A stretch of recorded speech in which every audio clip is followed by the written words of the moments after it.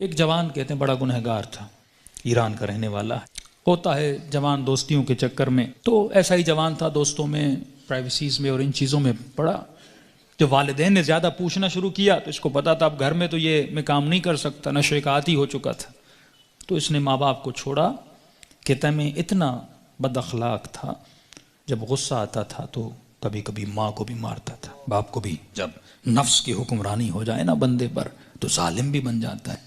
کہتا الگ میں نے فلیٹ لیا، ایک گاڑی تھی، میں اس سے مسافر اور پیسنجرز اٹھاتا تھا ایران میں، جو دن میں کمائی ہوتی تھی، رات کو نشہ، گناہ، فحاشی۔ کہتے ہیں محرم کا مہینہ شروع ہوا، ایام محرم آئے، 6 دن گزر گئے، میرے دوست نہیں آئے۔ میں نے فون کیا کیوں نہیں آئے، انہوں نے کہا کہ مصیبت کے دن ہیں، ایام ازاں ہیں، ہم گنہگار ہیں لیکن کم از کم 10 دنوں میں ہم احترام کرتے ہیں۔ تو کہتا میں غصے سے دوستوں کو آنے کی ضرورت نہیں ہے، میں نے گاڑی نکالی اور راستے کو جا رہا تھا، مسافر اٹھاتے اٹھاتے رات بہت لیٹ ہو گئی تھی، اس راستے پہ ایک میں نے لڑکی کو کھڑا ہوا دیکھا، اسے میں نے گاڑی میں بٹھایا، کہاں جانا ہے، کہا سیدھا جانا ہے۔ آگے چلتا گیا، اچانک نفس نے غلبہ کیا، گناہ نہیں کیا تھا اتنے دنوں سے، ذہن میں خیال آیا اکیلی خاتون گاڑی میں ہے، نیت گناہ کی، گاڑی کو میں نے موڑا۔ یہ جوان بچی محجب کہنے لگی کہاں جا رہے ہو، مجھے تو سامنے جانا ہے۔ میں نے وہی گناہ والے جملے بولے، اسے دعوت گناہ دی۔ کہ بچی رونے لگی تو کیسی باتیں کر رہا ہے، اس نے کہا میں نے تو ارادہ بنا دیا ہے۔ کہتا مجھے واسطے دینے لگی، اب اکیلی خاتون کیا کرے، اسپیڈ سے میں گاڑی چلا رہا ہوں، دروازے لاک ہیں۔ کہتا مجھے واسطے دینے لگی، ظاہر ہے ایران تو مطلب دونوں شیعہ ہیں نا۔ کہنے لگی تجھے حسین کا واسطہ، تجھے مولا علی کا واسطہ، تجھے امام زمانہ کا واسطہ، ایرانی حضرت عباس کا بڑا احترام کرتے ہیں، تجھے ابو الفضل کا واسطہ۔ کہتا میں نے کچھ بھی نہیں سنا، میں نے کہا یہ چھوڑ دو عقیدے کی باتیں، فلاں کا واسطہ، فلاں کا واسطہ، کس نے دیکھا ہے۔ کہتے آخر میں اس نے ایک جملہ کہا جس سے میرا وجود کانپ گیا۔ کہا تجھے نہیں پتا میں کون ہوں؟ کہا میں سمجھا بولے گی فلاں پولیس والے کی بیٹی ہوں، فلاں افسر کی بیٹی ہوں، یہ ہو وہ ہوں۔ میں نے کہا کون ہو؟ کہا میں سید زادی ہوں، تجھے واسطہ میری دادی زہرا کا، میرا ادب نہیں کرتا، میری دادی کا ادب کر۔ کہتے پتا نہیں ایسا کیا ہوا۔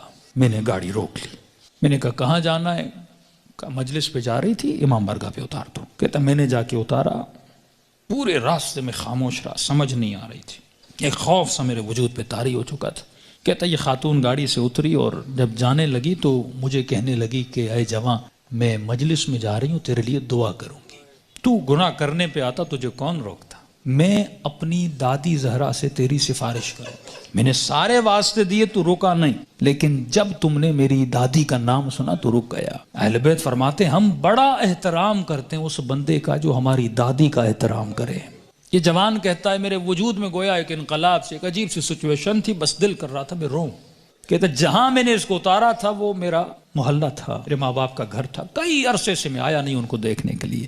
میں نے کہا اس بہانے سے جاؤں، ماں باپ سے مل کے آؤں۔ کہتا اب جیسے میں نے اچھائی کی تو اچانک ذہن میں خیال آیا، اب پاورفل ہوا، میرا روح پاورفل ہوا، نفس کمزور ہو گیا، میں نے نفس کو مارا، اس کے گلے کو گھونٹا اور میں نے اپنے روح کی آواز کو سنا تھا۔ اب اچانک میرا روح پاورفل ہوا، میں گھر کی طرف گیا، گھر کا دروازہ کھولا، اندر گیا، گھر میں کوئی نہیں تھا۔ کہتا میں نے ٹی وی کھولا، اتفاق سے ٹی وی پر ایک ایرانی ذاکر کربلا کے مسائل پڑھ رہا تھا۔ کہتا میں سن بھی رہا تھا، رو بھی رہا تھا، اور اچانک جب میں نے چینل بدلا تو جنت البقیع دکھایا جا رہا تھا، سیدہ کی ٹوٹی ہوئی قبر دکھائی جا رہی تھی، اور ذاکر بتا رہا تھا کہ نبی کی بیٹی اتنی مظلوم ہے کہ اس کی قبر کا کوئی نشان بھی نہیں ہے، ہمارے گھروں پر بھی چھتوں کا سایہ ہے لیکن نبی کی اولاد کی قبروں پر کوئی سایہ نہیں ہے۔ اس نے سارے مسائل پڑھنا شروع کیے، اتنے درد بھرے مسائل، کہتا میرا دل پھٹنے لگا جب میں نے سنا اتنی بہترامی نبی کی بیٹی کی۔ تو کہنے لگا سیدہ میں اتنا بڑا گنہگار ہوں لیکن میں نے آپ کی بیٹی کا احترام کیا، ایسے تھے جنہوں نے نبی کی بیٹی کا احترام نہیں کیا۔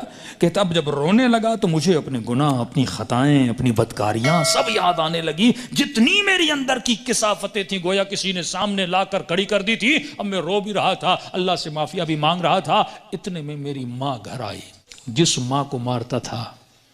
اتنے سالوں کے بعد جب ماں نے مجھے دیکھا، کہتا جیسے مجھے دیکھا تو دیکھ میں رو رہا تھا، کہتے جیسے مجھے دیکھا تو بڑے پیار سے میرے ماتھے کا بوسہ دیا اور کہنے لگی رضا تو وہ نہیں جو یہاں سے گیا تھا، مجھے بدلا بدلا لگ رہا ہے۔ تو میں نے رو کر کہا کہ اماں مجھے سیدہ نے بدل دیا۔ کہتے معافی مانگنے لگا، ہاتھوں کا بوسہ لیا، ماں کے قدموں پہ گرا کہ اماں مجھے معاف کرنا، میں بہت برا تھا۔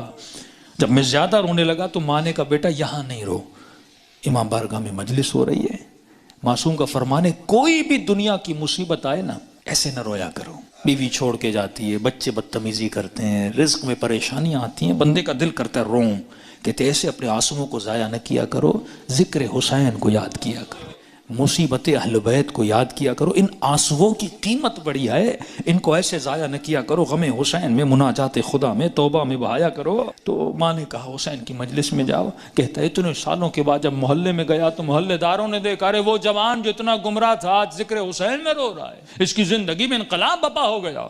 کہا کہ جب سے گیا، اس کی ماں کہتی ہے یہ خادم بن گیا حسین کا، یہ عزاداروں کے برتن دھوتا، کبھی جوتیاں بناتا، کبھی وہاں پہ ان کے لیے چائے رکھتا، دن رات خدمت کر رہا ہے کہ پورے محلے نے گواہی دی کہ یہ اس سے سچا عزادار ہم نے دیکھا نہیں ہے۔ کہتے ہیں 1-2 مہینے گزرے، ایک قافلہ بنا کربلا جانے کے لیے، تو لہٰذا اس قافلے سالار جو تھا، مسجد کا ہیڈ بھی تھا، پریزیڈنٹ بھی تھا، اس نے اسے بلایا کہ رضا ادھر آ، ایک جوان کو ہمارے ساتھ چلنا تھا جو ہیلپر تھا لیکن وہ بیمار ہو گیا ہے، میں اتنے دنوں سے سوچ رہا تھا کسے لے کر جاؤں اس کی جگہ پر، اچانک ذہن میں خیال آیا تجھ جیسا نیک جوان ہے، اسے لے جاؤں حسین کی زیارت پہ۔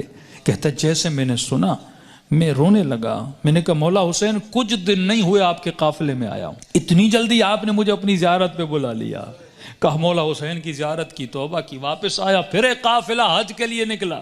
کہا رضا قافلے والے اور محلے والے بول رہے ہیں جب تک یہ جوان چلے گا تو ہم چلیں گے، کیونکہ ہم نے اس سے اچھا خادم نہیں دیکھا، اس سے اچھا محبت کرنے والا نہیں دیکھا۔ کہ تب تو پاؤں سے زمین نکل گئی کہ سیدہ اپنے بیٹے کی زیارت بھی کروائی، اب اپنے جنت البقیع بھی مجھے بلا لیا۔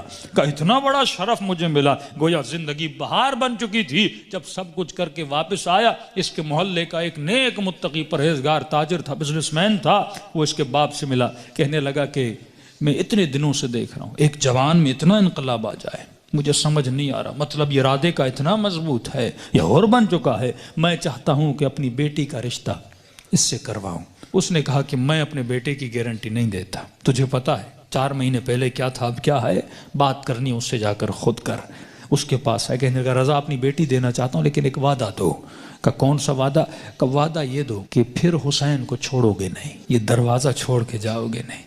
کہنے قبلہ میں اپنی ہر نماز میں دعا کرتا ہوں اے خدا وہ دن میری زندگی کا آخری دن ہو جب میں حسین کے ہاتھ کو چھوڑ کے چلا جاؤں۔ کہتے کل رشتہ لے کر آ جانا۔ کہتے یہ جوان اپنے ماں باپ کے ساتھ رشتہ لے کر گیا۔ جب اس کے گھر میں داخل ہو، ایران میں رسم ہے جس بچی کا رشتہ لینے جاتے ہیں وہ چائے لے کر آتی ہے، وہ بچی چائے لے کر آئی، جیسے اس جوان نے کپ اٹھایا اس بچی کی نگاہ اس کے چہرے پر پڑی، کہتے ہیں ہاتھ سے وہ ٹریل گرا اور چیخ مار کے بے ہوش ہو گئی، کمرے میں لے گئے، بڑی دیر کے بعد ہوش میں آئی، اور جیسے ہوش میں آئی زار و قطع رونے لگی، اور اس کی زباں پر بس ایک ہی نام تھا، یا فاطمہ الزہرا، یا فاطمہ الزہرا۔ ماں پریشان، بیٹی رو کیوں رہی ہو؟ ایسا کیا دیکھا؟ یہ جوان پریشان، اس کے ماں باپ پریشان، ایسا کیا ہوا؟ کہتی اماں اللہ کی قسم ہے کل رات میں نے خواب میں سیدہ فاطمہ کو دیکھا تھا، مجھے سمجھ نہیں آ رہا تھا، کل رات بی بی اسی جوان کا فوٹو مجھے دکھا رہی تھی اور کہہ رہی تھی کہ تو میری چاہنے والی ہے، جب اس کا رشتہ آئے اسے انکار نہ کرنا، اس نے میری بیٹی کا احترام کیا تھا۔ تبھی فرمایا جب تو 1 قدم اہل بیت کی طرف جاتا ہے وہ 10 قدم آگے بڑھاتے ہیں، لیکن سوال یہ ہے کہ یہ قدم اٹھیں، زندگی میں ان کو راضی کرو جن کے راضی ہونے سے خدا راضی ہوتا ہے۔